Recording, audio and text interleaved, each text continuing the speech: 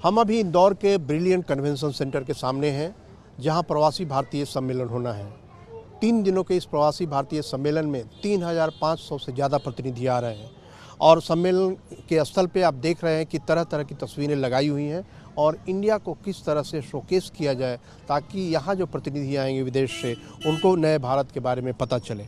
प्रवासी भारतीय सम्मेलन की पूरी गाथा 1998 के बाद शुरू होती है, जब भारत सरकार ने यह समझा कि भारत के बाहर जो लोग रह रहे हैं भारतीय, उनका भी योगदान हो सकता है। और उसके बाद 2003 से सबसे पहला प्रवासी भारतीय सम्मेलन शुरू हुआ। पहले एक साल पे होता था, हर साल पे होता था। उसके बाद 2015 से हर 2 साल पे होने लगा। लेकिन निश्चित तौर पे इस साल का जो थीम है वो काफ़ी अनोखा है और इस थीम का मतलब ये है कि भारत के अमृतकाल में प्रवासी भारतीयों की क्या भूमिका हो सकती है, इसको रेखांकित करने के लिए सम्मेलन आयोजित किया गया है। और सम्मेलन का पहला सत्र युवाओं पर है और युवाओं पर जो भारत के बाहर रह रहे हैं और वो किस तरीके से भारत के विकास में, किस तरीके से भारत के साथ सहयोग कर सकते हैं, इस पे केंद्रित है। और हमारे साथ यहाँ कुछ है यूएई से, संयुक्त अरब अमीरात से जो आए कुछ छात्र हैं वो हैं।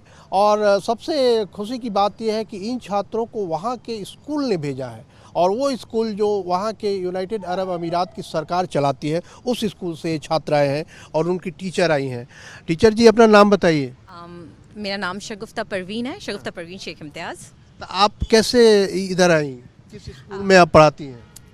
मैं our own English high school Fujairah में पढ़ाती हूँ, which is own by his highness Sheikh Mohammed bin Abdullah bin Saif Al Sharqi. तो क्या स्कूल ने आपको बोला कि आप जाइए इस सम्मेलन में भाग? The school told in association with the consulate, school ने बोला कि आप इन बच्चों को सेलेक्ट कीजिए, फिर इन्हीं के साथ दे वर सो एक्साइटेड।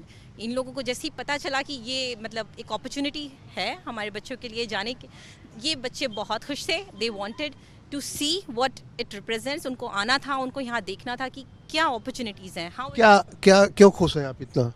क्योंकि हमें पता चलेगा कि हम कैसे बाहर रह के भी अपने देश को, भारत माता को सहायता कर सकते हैं और कैसे हम भविष्य काल में अपने देश की मदद कर पाएंगे। अच्छा, पढ़ती हैं आप? जी। किस स्कूल में? सेम उसी स्कूल में। किस क्लास में पढ़ती हैं? अभी 12th ग्रेड में पढ़ रही हूँ। हाँ। तो क्या चाहती हैं आप?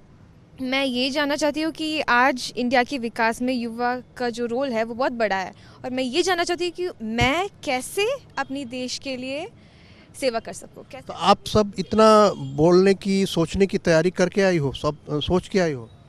जी, और अगर नहीं भी सोच के आए होते तो रगों से बहता। क्यों, ये भारत माता है, ये हमारी जन्मभूमि है और इसके लिए हमेशा हमारे मुंह में कभी शब्द कम नहीं पड़ेंगे। आप लोगों को थोड़ी हिंदी आती है?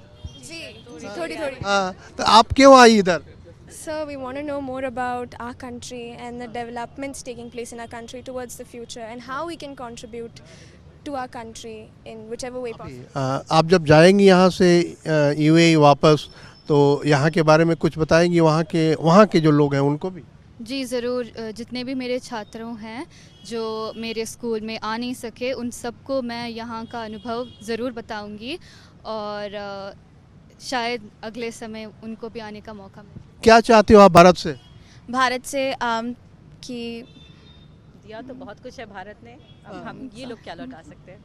क्या चाहते हैं? सर, बहुत कुछ चाहते हैं भारत से और इनको इच्छा है कि भारत एक विकसित देश बने निश्चित तौर पे। और प्रवासी भारतीय सम्मेलन उसी दिशा में बढ़ता हुआ एक कदम है और इसीलिए 17वां प्रवासी भारतीय सम्मेलन आयोजित किया गया है इंदौर में, क्योंकि इंदौर भारत का सबसे स्वच्छ नगर है। संसद टेलीविज़न के लिए कैमरा पर्सन कंवलजीत के साथ इंदौर के ब्रिलियंट कन्वेंशन सेंटर से मैं अखिलेश सुमन।